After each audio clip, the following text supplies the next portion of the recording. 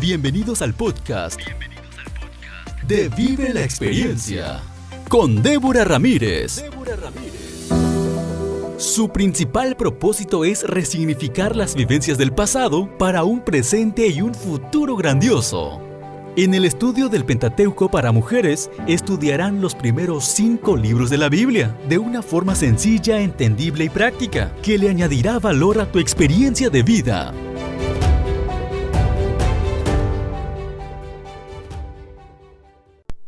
Hola, ¿cómo estás? Mi nombre es Débora Ramírez y me da gusto saludarte en otro episodio del estudio del Pentateuco para mujeres. En esta ocasión vamos a concluir el capítulo 3 del Génesis. Vamos a estudiar a partir del versículo 17. Dice así: y al hombre dijo: por cuanto obedeciste a la voz de tu mujer y comiste del árbol que te mandé diciendo, no comerás de él, maldita será la tierra por tu causa, con dolor comerás de ella todos los días de tu vida. Antes de pronunciar la sentencia, Dios les explicó por qué esta era necesaria y adecuada. Adán había procedido de acuerdo con los persuasivos argumentos de Eva, poniendo la palabra de ella por encima de la palabra de Dios. Así, había retirado de Dios su afecto supremo y lealtad, perdiendo legalmente las bendiciones de la vida y aún la vida misma. Al exaltar su voluntad por encima de la voluntad de Dios, Adán debía aprender que independizarse de Dios no necesariamente significaba colocarse en una esfera más alta de existencia, sino todo lo contrario, era separarse de la fuente de la vida. De ahí que la muerte le mostraría la completa falta de valor de su propia naturaleza. Maldita será la tierra. Cuando Dios pronunció esto, es importante notar y resaltar que Dios no maldijo ni a Adán ni a Eva. Las maldiciones fueron pronunciadas únicamente sobre la serpiente y sobre la tierra. Con las palabras con dolor comerás, son las mismas palabras o la misma connotación que habían sido usadas para expresar los sufrimientos relacionados con el parto, pero ahora se usan para informarle a Adán de las dificultades que encontraría al sacar a duras penas un mísero sustento de la tierra maldita. Mientras viviera allí, no tendría esperanza de que se aliviara esta situación. La expresión todos los días de tu vida es la primera indicación de que vendrían con seguridad la muerte, aunque ese hecho se pospondría por un tiempo. El versículo 18 dice: espinos y cardos te producirá y comerás plantas del campo. Antes de la caída, la tierra producía solo plantas que eran útiles como alimento o bellas para recrear la vista. Ahora había de producir también espinas y cardos. El trabajo aumentado necesario para cultivar la tierra incrementaría la aflicción de la existencia del hombre. Tenía que aprender por amarga experiencia que la vida apartada de Dios, en el mejor de los casos, es dolor y aflicción. El versículo 19 dice: con el sudor de tu rostro comerás el pan, hasta que vuelvas a la tierra, porque de ella fuiste tomado, pues polvo eres, y al polvo volverás. Se expresa ahora vívidamente el arduo esfuerzo que había de añadirse a la vida del hombre. Esto se refiere específicamente al agricultor que debe vivir arrancando de una tierra mal dispuesta el alimento para sí mismo y para su familia. Pero se aplica igualmente para todos los oficios y todos los trabajos. Desde la caída de Adán, todo lo que gane el hombre se puede alcanzar solo mediante el esfuerzo. Con todo, debiera reconocerse que este castigo fue en realidad una bendición disfrazada para los seres pecadores. Cuando un hombre trabaja, es mucho menos probable que peque que cuando pasa sus días en la ociosidad. El esfuerzo y el trabajo desarrollan el carácter y le enseñan humildad al hombre y cooperación con Dios. El trabajo, aun cuando sea arduo, no debiera ser despreciado porque hay una bendición en él. Por otro lado, el Señor le informó a Adán que la tumba era su destino cierto. Así entendió el hombre que el plan de la redención no impediría la pérdida de su vida actual, sino que le ofrecía la seguridad de una vida nueva. Con el cambio ocurrido en la naturaleza de Adán y Eva de inmortalidad condicional a mortalidad, comenzó el cumplimiento de la predicción: el día que de él comieres, ciertamente morirás. Dios, obrando con misericordia, concedió al hombre un tiempo de gracia. De lo contrario, la muerte habría ocurrido de forma inmediata. La justicia divina exigía que el hombre muriera, pero la misericordia divina le concedió la oportunidad de vivir. El versículo 20 dice: a su mujer Adán le puso por nombre Eva, por cuanto ella fue la madre de todos los vivientes. Pareciera que este versículo está fuera de contexto y no hila con el relato. Pero Adán pronunció estas palabras porque creía en la promesa concerniente a la simiente de la mujer, creencia que se revela en el nombre que dio a su esposa. Eva era madre. Adán dio a su esposa un nombre que le describía como madre de todos los vivientes, y lo hizo por fe, porque la veía como tal en un momento cuando su sentencia de muerte acababa de ser pronunciada. También contempló más allá de la tumba y vio en la simiente prometida a su mujer a aquel que devolvería a ellos y a sus descendientes la inmortalidad que habían perdido legalmente ese día.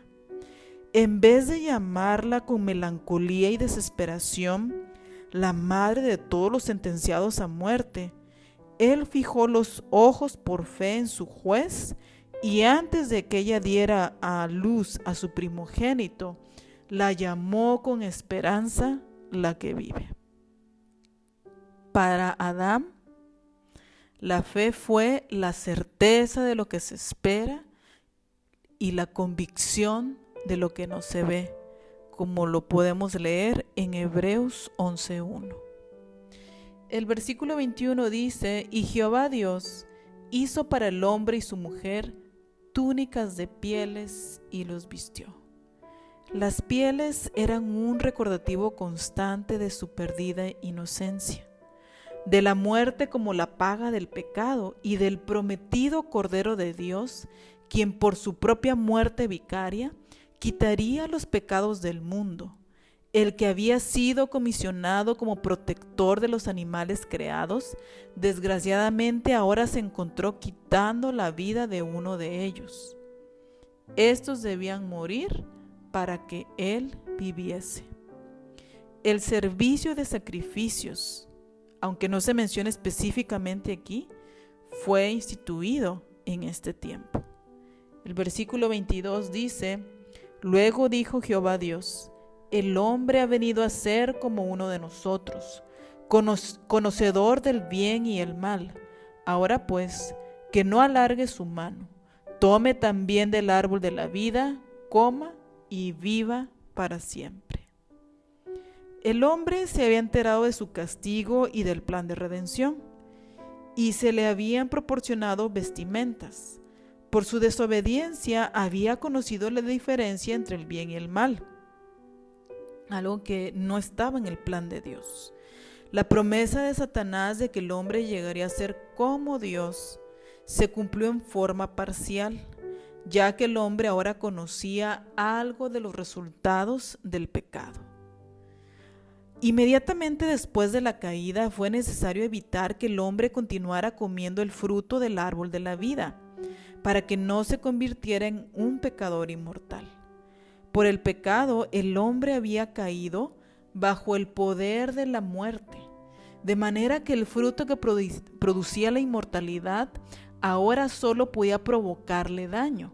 La inmortalidad experimentada en un estado de pecado y por lo tanto en una desventura eterna no era la vida que Dios concibió para el hombre. Negar al hombre acceso a ese árbol vivificador fue tan solo un acto de misericordia divina que quizás Adán no apreció plenamente en ese tiempo, pero por el cual estará agradecido en el mundo venidero, porque allí comerá eternamente del árbol de la vida por tanto tiempo perdido. Al participar de los emblemas del sacrificio de Cristo, tenemos el privilegio de comer por fe del fruto de aquel árbol y de vislumbrar confiadamente el tiempo cuando podamos arrancar y comer su fruto con todos los redimidos en el paraíso de Dios. Finalmente el versículo 24 dice: echó pues fuera al hombre y puso querubines al oriente del huerto de Edén y una espada encendida que se revolvía por todos lados para guardar el camino del árbol de la vida. Al expulsar a Adán y a Eva del Edén y al enviarlos a ganarse la vida con el sudor de su frente, Dios realizó lo que debe haber sido para él, tanto como para Adán, un triste y penoso deber. Por otro lado, los querubines, la Biblia nos los presenta como pertenecientes a la clase de seres que llamamos ángeles, pero son aquellos ángeles especialmente los que están cerca de Dios y de su trono, como lo puedes leer en Ezequiel 9:3, en Ezequiel 10:4 y en Salmos 99:1. Ahora, hablando de esta espada encendida, no había ninguna espada literal que guardara el portón del paraíso.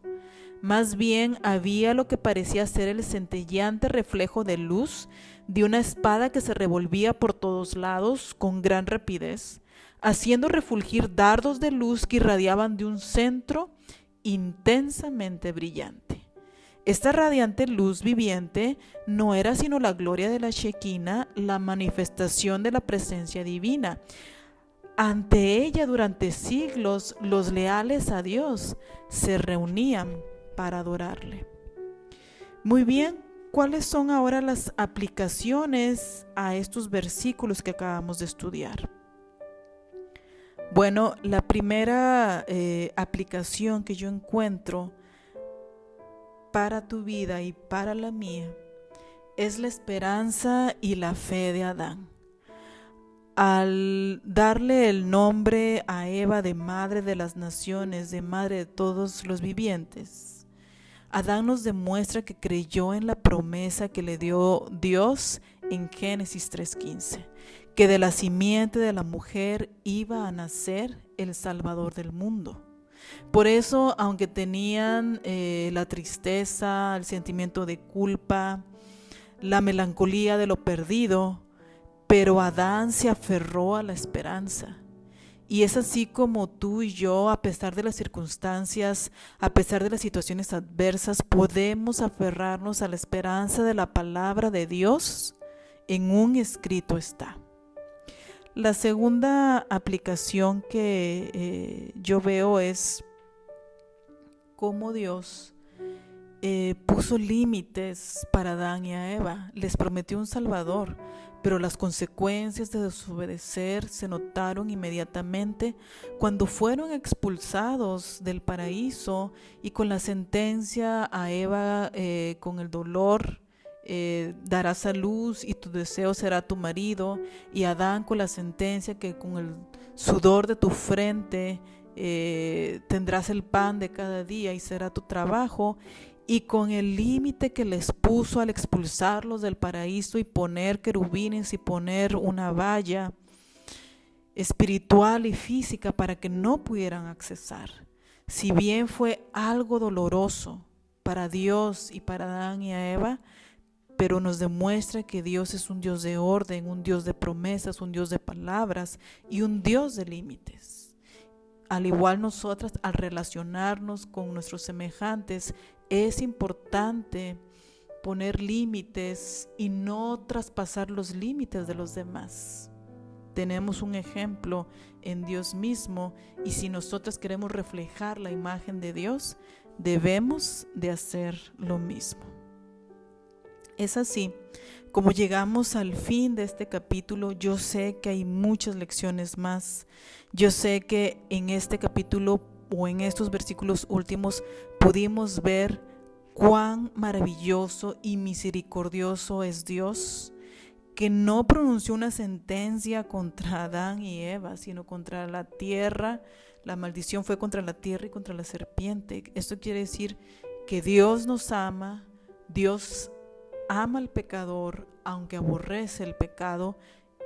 Esa es nuestra esperanza, esa es nuestra fe, que tenemos un Dios amante, un Dios que nos ama y que se preocupa por nosotros de una forma personal.